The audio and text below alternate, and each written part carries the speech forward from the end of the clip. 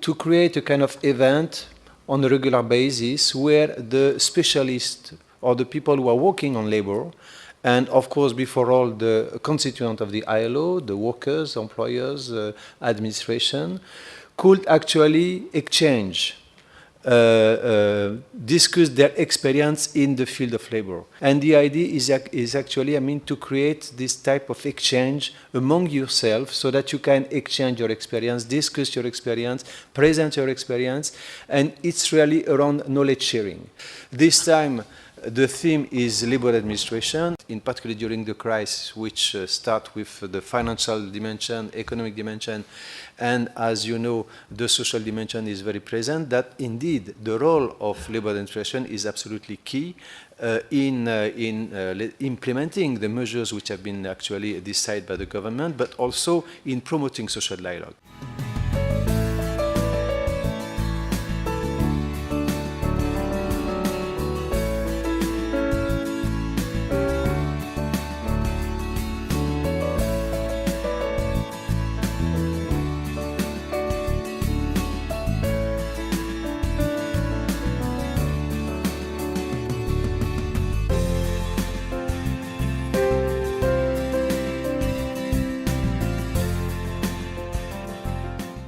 As a consequence of the crisis, high and persistent unemployment, long-term unemployment, youth unemployment, increasing inequality, many austerity measures impacting sometimes of the weakest elements of population. And you can ask yourself a question whether these initial mandates of labor ministries are still valid in the current world. We will focus on institutional issues.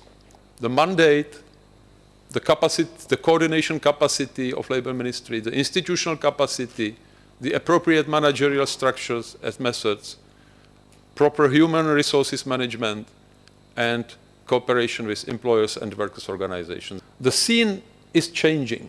Key roles, key mandates are moving somewhere else. Industrial relations, employment, for example.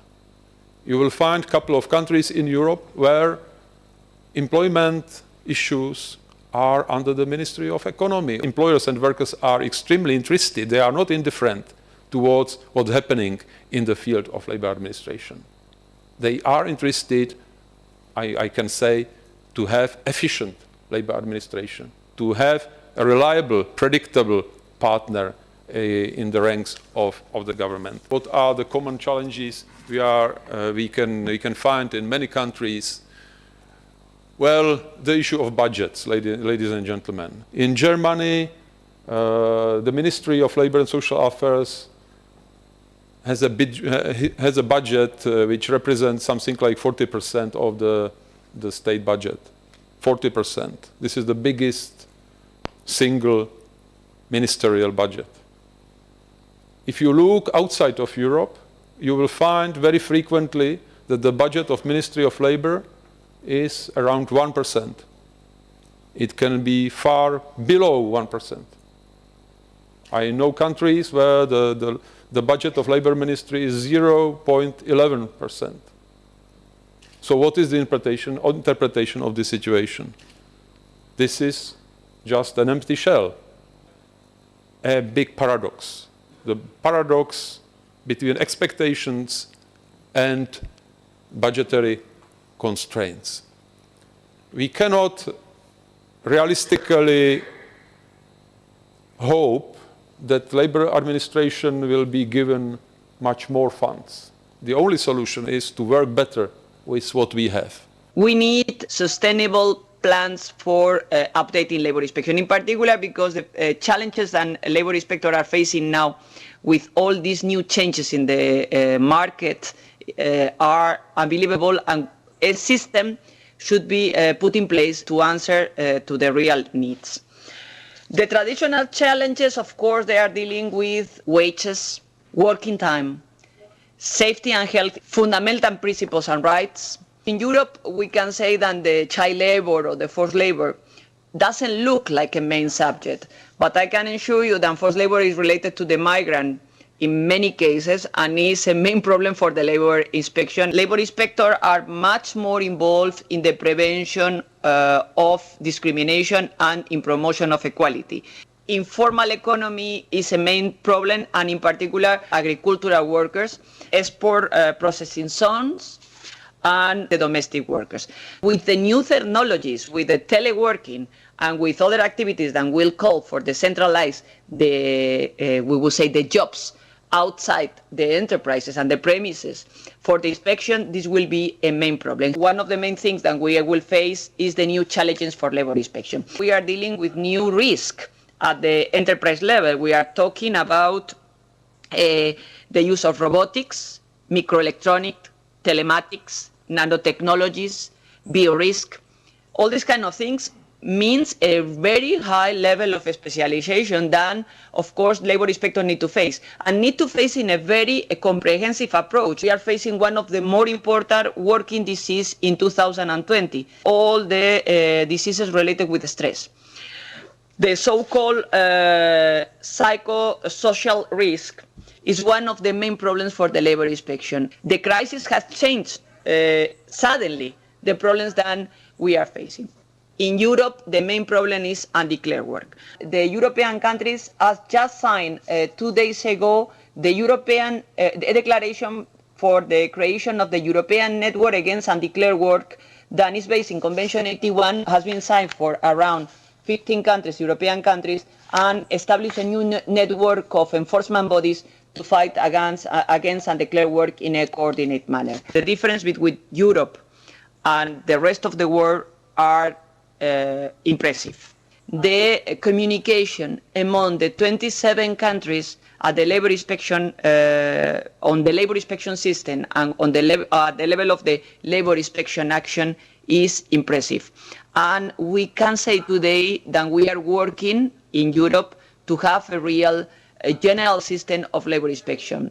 Employer organizations have an important role and can be a means to reduce the need for overburdened labor administration by enabling, for example, government to focus on problem areas rather than adopting a shotgun approach. And I think the role of social dialogue is essential. In various cases, there were very focused and customized interventions to assist companies in difficulties, and even, for example, to provide very focused and short-term training to workers who were at risk of losing their jobs. Prevention is better than cure. Information campaigns are very important to accompany enforcement efforts. And the another position is a position of European social state. We have quite good example from Germany, from Sweden and some other countries. They were quite clear evidence that strong position of labor administration and strong position of Ministry of Labor and Social Affairs is needed.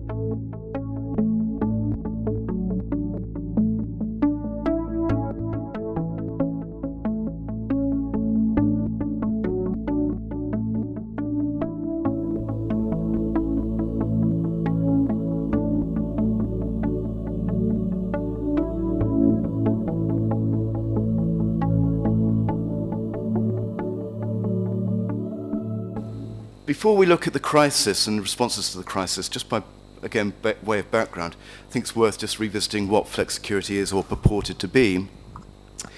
The European Commission has defined flexicurity as an integrated strategy to enhance at the same time flexibility and security in the labour market, and to help guide national governments in their policy thinking. The Commission has identified 4 dimensions, or 4 pillars, as they're sometimes called. And just reading from the slide, the first is flexible and reliable contractual arrangements achieved through legislation and collective agreements. Second is comprehensive lifelong learning. The third is effective, active labour market policies that help workers cope with change and reduce unemployment. The fourth is modern social security systems that provide adequate income support, encourage employment, and facilitate labour protection. The loss of employment has been less in countries with stronger employment protections. And in countries with weaker employment protection legislation, job loss has been greater. Lifelong learning, the second pillar of flexicurity, is central to, it was central to the Lisbon Agenda, the European Employment Strategy, 2020. It's at the heart of the economic and social policies of the European Union. Efforts have been made in some countries also to link the training that's provided to projected future skills demands, which is very much in line with the principles of the New Skills for New Jobs strategy that's being developed. I would like to conclude by just mentioning a few current and future challenges, some of which predated the crisis, some of which have been intensified or developed as a consequence of the crisis. The first one is job quality, not just jobs, but the quality of the jobs, and who's going to take responsibility for ensuring that the future for workers in the labour market is one that's characterised by a supply of quality jobs. Where are the good jobs going to come from? What can the state do to help? Current and future challenges number 2, young people. Some of these workers may never have a job, and the final question then, by way of conclusion, is simply, are we heading towards flexicurity, or are we heading towards simply less security? Open question. The goal of the presentation is to provide a first look, and this is very important because this is a first step in the research, and to the two-way relationship between inequality and systemic banking shocks. So what about the reverse causation? Well, usually the most authoritative and most common accounts of the financial crisis do not take into account the possibility of inequality leading to a greater financial instability. Inequality might actually have had a role in leading to the recent financial crisis. What inequality are we talking about? Is it earnings? Is it income? Is it wealth? Is it consumption? Or is it simply inequality of opportunity? The horizontal dimension of inequality might be very important. Or with horizontal, I mean comparison across groups, such as gender groups or age groups. So young people versus older people. A lot of these core labor standards, even if they're not properly enforced, can actually spill over to the informal economy. There's one element which is clearly observable, which is minimum wages. We often observe that minimum wages, even if they're not enforced in the informal economy, they do have an effect on what is being paid in the informal economies.